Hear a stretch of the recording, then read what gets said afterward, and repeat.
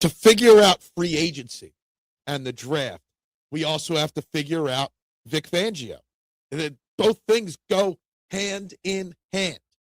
Welcome to the Eagles Checkdown, the fastest under 10-minute Eagles podcast there is, covering news, notes, and opinions on your favorite football team, the Philadelphia Eagles, jointly produced here by the Eagles Pinpull Podcast Network and the STT Sports Network over on YouTube. Guys, wherever you're watching, whatever you're watching platform-wise, make sure you click the buttons in front of you, whether it's a like button, a share button, a subscribe, a follow, whatever it may be. Make sure you're supporting these two great channels as, you know, they're the best of the best of the best with honors, guys. I'm Phil Stifle, your host, and I also host Trending in the AM, Monday through Friday, 8 a.m. live, taking 90 minutes of your thoughts and opinions on everything we talk about here, plus everything else going on in Philly sports. So we got two things. We're going to start, the off-season talk here, right? We're going to start with the free agency and some of the names here today. But obviously, the Vic Fangio system or situation is obviously a very big deal. Will he be coaching? Will he not? Is he contemplating retirement or not? And I've got a hot take. But first, before I give you my hot take, I want to read you a quote from Eagles beat reporter E.J. Smith. He was quoted online as saying, while Vic Fangio did seriously entertain retiring as recently as last week, my understanding that is no longer the case, and the Eagles are confident in his return at this point after much persuasion. He's expected to be back as the defense coordinator next season. That is, again, per E.J. Smith, Eagles beat reporter. But here's where the hot take comes into play, right? After much persuasion. So the Eagles had to beg, basically, Vic Fangio to coach another year, right? The guy wants to retire. He almost retired and went out on top after winning the Super Bowl. Okay. At some point, here comes the hot take. At some point, don't you guys just say enough's enough? Instead of going every offseason, will he stay? Will he not stay? You risk losing guys like Christian Parker, who we lost to the Dallas Cowboys. You almost lost Clint Hurt this offseason. Bobby King, rising name in our ranks that other teams are going to be interested in at some point. Isn't it time to just say, look, Vic, we love you, but we can't lose any other your replacements. You're going to be 68 years old. Wouldn't it have been crazy for the Eagles to go to Vic Fangio and be like, yo, I think it's time that we part ways at this point? Would it have been crazy? And why was he so, hesitant to return? Was it the drama around this Eagles team this past year? I don't know. But what I do know is at some point you just got to put it. If he's coming back this year, then you got to make it clear to him, this is it, right? Yeah, you might lead the best defense in football, but isn't it crazy to say, yo, it's time to get out of here. It's time for us to promote, one of these guys, because there are a lot of offseason decisions looming, offensively and defensively, for this Eagles team, right? And this defense is built for Vic Fangio, right? This defense is built for his defensive schemes. This defense is built not for Jim Schwartz or outside voices that might come in another way. You got looming decisions on defense, right? A couple really big ones. And I'm going to go over all the defensive names that are free agents.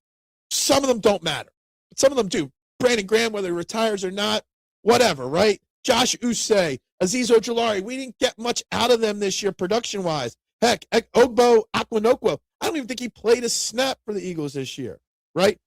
But you got Adoree Jackson, who had some good moments and some bad moments. You've got your entire starting safety room. Reed Blankenship and Marcus Epps started in the playoffs.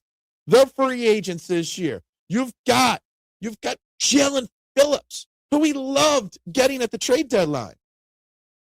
But is he the right fit for somebody else or only Vic Fangio's scheme? Then you've got the big one. And this one, to me, is the biggest decision on defense, and that's Nakobe Dean. Maybe I'm partial. I'm a huge Nakobe Dean guy. Loved him in college. Loved that the Eagles drafted him. Was willing to give him the opportunity to get healthy and stay healthy. It's been an up and down time here in Philly for him. But does Nakobe Dean fit or not? What will the next guy think if Vic Fangio retired of Nakobe Dean? You've just drafted Jahad Campbell in the first round last year, right? He started, then lost his role when Nakobe Dean got healthy. You got Zach Bond, who's going to be pushing 30 here soon, right? at some point, you just gotta, you kind of gotta move on from Nakobe Dean. But if you go away from what Vic Fangio does and you go more to a traditional 4-3 versus the 5-2 is what I call it that he runs, Vic Fangio, then that changes your roles of linebackers. That changes what you need at each position. Now, these are some really big free agents, right? This offseason, we are really going to have some tough decisions to make. I think Nakobe Dean will be gone. I think Christian Parker is going to convince Jerry Jones to bring a Nakobe Dean and maybe a Reed Blankenship to Dallas, this offseason. So he has some people that he's familiar with to help install his defense to the Cowboys, right? And I think Nakobe Dean will be one of those guys that won't be here because you did just invest a first-round pick for Nakobe Dean's replacement. Now, Zach Baun's getting older. Maybe you get rid of Zach Baun. I doubt it. We love Zach Baun in this city. But Nakobe Dean, Reed Blankenship, and Jalen Phillips, decisions needing to be made short-term or long-term on those 2-3 players come directly on whether Vic Fangio is going to be here or not, and whether Vic Fangio is going to be here long-term or not. And if he's not going to be here, is it going to be a promotion from within, Hurt or King, or is it going to be an outside voice? Because if it's going to be an outside voice, you let a lot of these guys go and just try to patch it together until the next coordinator comes in, and then you remake the defense in their likeness, right? So I think you've obviously got Jordan Davis and Jalen Carter up for extensions this offseason. Nolan Smith, you got to make decisions on him, and obviously our cornerbacks and Jalen Hunt, down the line. You got to think about all that stuff, right? But until you know how long Vic Fangio is going to be here for and how long it's going to be till he retires, it's kind of hard to make long-term plans. So that's what I got. We're going to keep getting into the offseason and free agency every single day here with more and more information. But one other little tidbit of note, there are now going to be 9 international games in the NFL next year. The Eagles have 9 home games, 8 road games next year.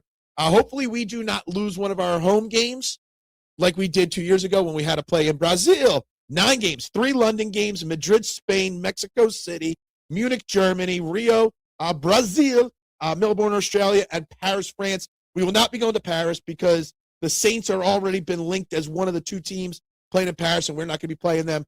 My guess is Spain, that it will be the Eagles game that they are internationally. There's no way they're going to go 2 years without putting Philadelphia in an international game. It would be great if it was Mexico City, somewhere a little closer, but my guess right now is the Eagles will be playing in Madrid, Spain next year. I don't know when the last time they played in London actually was. Maybe one of the London games, but probably Madrid, Spain is my best guess on where the Eagles will play. But this international thing, and there's going to come a point in time in the NFL where every team has one international game on their schedule. Maybe it's when they get to the 18-game schedule. They're going to continue adding more and more cities. It's a growing sport, obviously. It's already a multi-billion, almost trillion-dollar business, and it's only getting bigger, the NFL. So there's going to be more and more cities that want those games, once a year in their city. So that's what I got for you guys today. We'll be back tomorrow with more free agency talk. We'll take a quick look at the offense tomorrow. Lots of things happening, guys. But for now, everybody have a great night. Go Birds, and bubbles up. Support for Fans First Sports Network comes from Big Fork Brands, bringing bold bacon sausage, paleo pork jerky, and Chicago-style sauces to your table. Enjoy rich, smoky flavors made with sustainable ingredients and chef-crafted care. Big Fork uses 100% heritage hogs raised outdoors without antibiotics and has been featured by Food and Wine, the Chicago Tribune, and QVC for their bold flavors. Listeners visit bigforkbrands.com and receive 20% off at checkout using promo code FFSN. Bigforkbrands.com, promo code FFSN. Thank you for your support of this show.